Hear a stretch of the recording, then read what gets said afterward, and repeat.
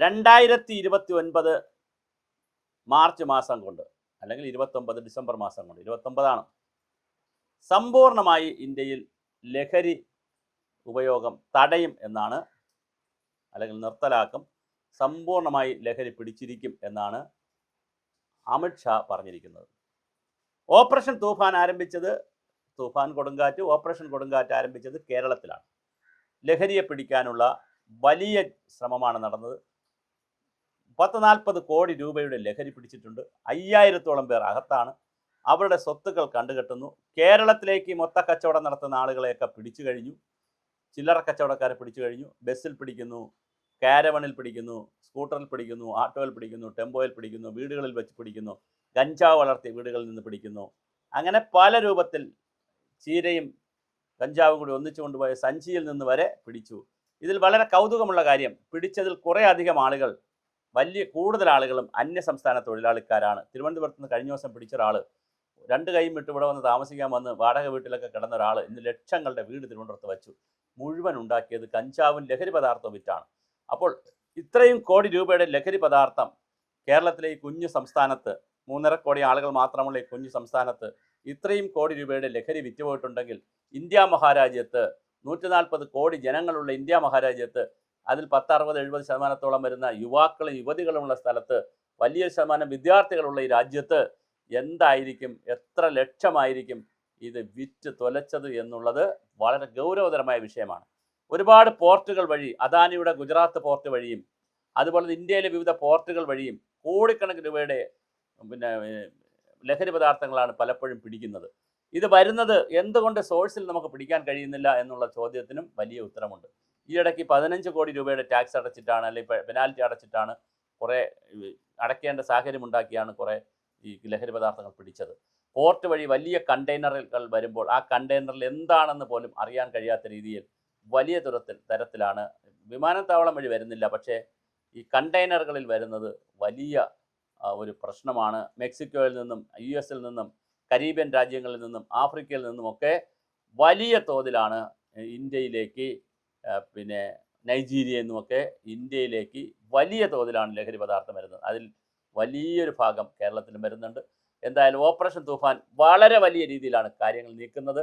അത് പറയുന്നത് തന്നെ വലിയ തോതിലാണ് കാര്യങ്ങൾ നീങ്ങി പോകുന്നത്. തീർച്ചയായിട്ടും നമുക്ക് വളരെ കൃത്യമായി ഇത് പിടിക്കപ്പെടണം. ഇത് സകലവരെയും അകത്താക്കണം. ഒരു കാരണവശാലും ഇത് അനുവദിക്കരുത്. പക്ഷെ ഒരു പ്രശ്നം, ഇതിങ്ങനെ പിടിച്ച് വരുമ്പോൾ സ്വാഭാവികമായിട്ട് കുട്ടികളും മുതിർന്നവരൊക്കെ ഇത് ഉപയോഗിച്ചുകൊണ്ടിരിക്കുന്നവർ ഇതിൽ നിന്ന് മാറുമായിരിക്കും. പക്ഷേ അവർ നേരെ സിഗരറ്റിലേക്ക് പോകരുത്, മദ്യത്തിലേക്ക് പോകരുത്. ഇനി ചെറിയ പാക്കറ്റ് വല്ല മറ്റേ സിപ്പപ്പ് പോലത്തെ മദ്യം ഇവിടെ കിട്ടരുത്.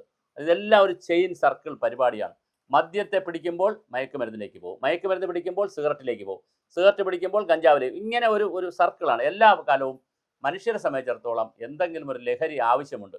സന്തോഷം വന്നാൽ മദ്യം, സങ്കടം വന്നാൽ മദ്യം, അമ്മ മരിച്ചാൽ മദ്യം, കുഞ്ഞ് ജനിച്ചാൽ മദ്യം. അങ്ങനെ മദ്യമൊക്കെ കഴിക്കുന്നത് വല്ലാത്തൊരു വസ്തുവായിട്ടാണ് കേരളത്തിൽ വന്നിരിക്കുന്നത്. ഇതിനെതിരെയുള്ള കുഞ്ഞുനാൾ മുതലുള്ള വലിയ ആരോഗ്യ, വിദ്യാഭ്യാസ, സാമൂഹ്യ, സാംസ്കാരിക വിദ്യാഭ്യാസം അല്ലെങ്കിൽ ബോധവൽക്കരണം കൂടി കുഞ്ഞുങ്ങൾക്ക് കൊടുക്കണം. പല വിദേശ രാജ്യങ്ങളും അങ്ങനെയാണ്. പിന്നെ അതിനുശേഷം അവർ വളരെ മുതിർന്നതിന് ശേഷം അവർ എന്ത് ചെയ്യുന്നു എന്നുള്ളതല്ല, കുട്ടിയായിരിക്കുമ്പോൾ തന്നെ നല്ല ബോധവൽക്കരണം 13 വയസ്സിനുള്ളിൽ കുട്ടികൾക്ക് കൊടുക്കാൻ കഴിയണം.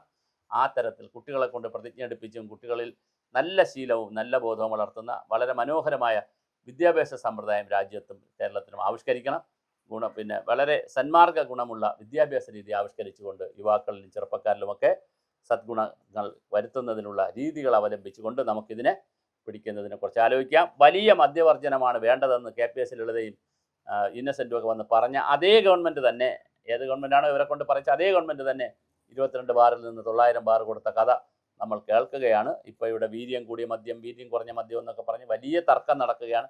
എന്ത് തർക്കമുണ്ടായാലും എന്തെല്ലാം സംഭവിച്ചാലും ഈ ലഹരി പദാർത്ഥങ്ങൾക്കെതിരെ, അത് മദ്യമായാലും മയക്കുമരുന്നായാലും സിഗരറ്റായാലും കഞ്ചാവായാലും കൊക്കൈനായാലും ബ്രൗൺ ഷുഗർ ആയാലും എന്ത് വസ്തുവായാലും അതിനെതിരെയുള്ള നിതാന്തമായ ജാഗ്രത വേണം. കേരളത്തിൽ ഇത് ആരംഭിച്ചു ഓപ്പറേഷൻ തൂഫാൻ. വലിയ കയ്യടിയാണ് രമേശ് ചെന്നിത്തലയ്ക്ക് കേന്ദ്ര സ്ഥാപനങ്ങളിൽ നിന്നും പിന്നെ കുറ്റാന്വേഷണ വിഭാഗത്തിൽ നിന്നുമൊക്കെ കിട്ടിക്കൊണ്ടിരിക്കുന്നത്. ഓരോ ദിവസവും ഓരോ ചാനലുകളിലെ മേധാവികൾ, മതനേതാക്കൾ, ആത്മീയാചാര്യന്മാർ ഇവരെല്ലാം ഓപ്പറേഷൻ തൂഫാൻ വാരിയർമാരാക്കിക്കൊണ്ടിരിക്കുകയാണ് രമേശ് ചെന്നിത്തല. വലിയ ഒരു മാറ്റമാണ് വന്നുകൊണ്ടിരിക്കുന്നത്.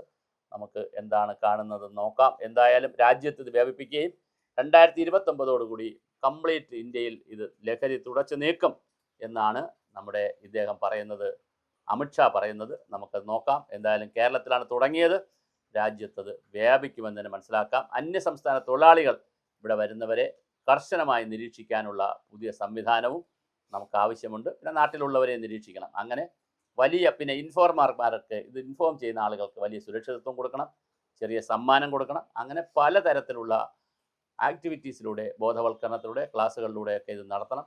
ഇതിനെ സംബന്ധിക്കുന്ന ബോധവൽക്കരണ പ്രവർത്തനങ്ങൾ എന്ത് വേണം, എന്തൊക്കെ ചെയ്യാനുള്ള ആശയങ്ങളെ സംബന്ധിച്ച് ഓപ്പറേഷൻ തൂഫാൻ്റെ ഒരു പ്രചരണ ബോധവൽക്കരണ ജനശാക്തീകരണ പരിപാടിയുടെ ഒരു കുറിപ്പും കുറേ ആശയങ്ങളും ബഹുമാനപ്പെട്ട ആഭ്യന്തരമന്ത്രിയുടെ കയ്യിൽ എത്തിച്ചിട്ടുണ്ട്.